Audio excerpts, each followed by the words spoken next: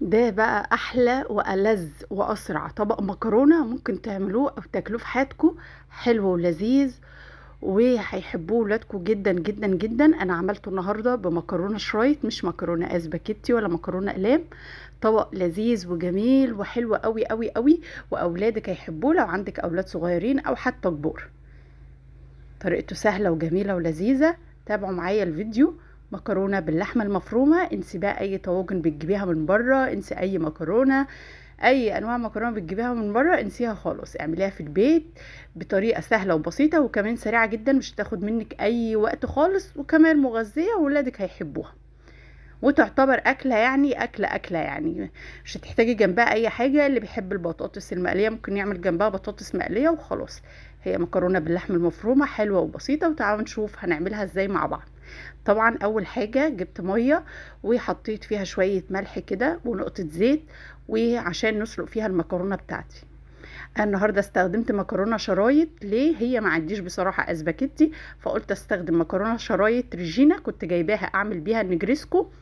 بس خلاص كان من حظها كده الولاد نفسهم ياكلوا مكرونه، فانا عندي المكرونه قلم ومكرونه دي هما بيحبوا الاسباجيتي، فما كانش عندي اسباجيتي، فقلت ايه مش مشكله نستخدم المكرونه الشرايط. قسمتها نصين. بس نصيحه مني اللي بيعمل مكرونه شرايط او اسباجيتي ما تقسموهاش خالص، خليها بالطول كده زي ما هي، بتبقى اسهل في اللفه بتاعت الشوكه. طبعا ولادنا كلهم بيحبوا ياكلوا المكرونه الاسباجيتي بالشوكه، فبتبقى سهله جدا. لما تكون الواحده بوحدتها طويله بتتلف على الشوكه سهله جدا وتتاكل، ولكن لما تقسميها بتبقى صعبة شوية لما تيجي تشيليها. جبت حلة هنا حطيت فيها نقطة زيت بسيطة جدا، ممكن ما تحطيش خالص لو اللحمة بتاعتك فيها دهون. وجبت اللحمة بتاعتي ونزلت فيها في الحلة دي. هسيبها بقى تفك من بعضها. ملاحظين ان انا ما قطعتش بصل او اي حاجة، انا ما حطيتش بصل ومش هحط بصل النهاردة خالص. طبعا هسيبها كده على النار لحد ما المية بتاعتها تتبخر وتختفي، ونشوف هنعمل فيها ايه. تبلتها خلاص هانت كده، فتبلتها بملح وفلفل وكمون بس. دي مكرونة يعني مش هحط فيها ولا جنزبيل ولا قرفة ولا اي نوع من حاجة. عندك بهارات فراخ ممكن تحطي، بهارات لحمة بسيطة خالص ممكن تحطي، ولكن مش هحط ولا جنزبيل ولا قرفة ولا اي حاجة، لان اللحمة دي مش هحشيها في حاجة، ده هتكون على المكرونة خلاص.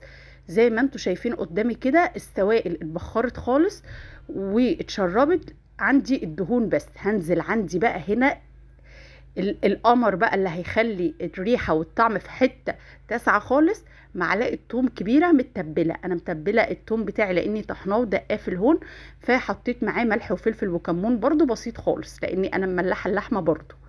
فبسيط كده من الملح وحبة من الفلفل وحبة من الكمون، ووسعت لها كده ونزلت في الدهون اللي بالنص دي بمعلقة التوم زي ما انتوا شايفين قدامنا كده، لحد بس ما تتشوح ونحطها كلها في قلب اللحمه، نقلبها كلها في وسط اللحمه، وعلى العين التانية المكرونه بتتسلق.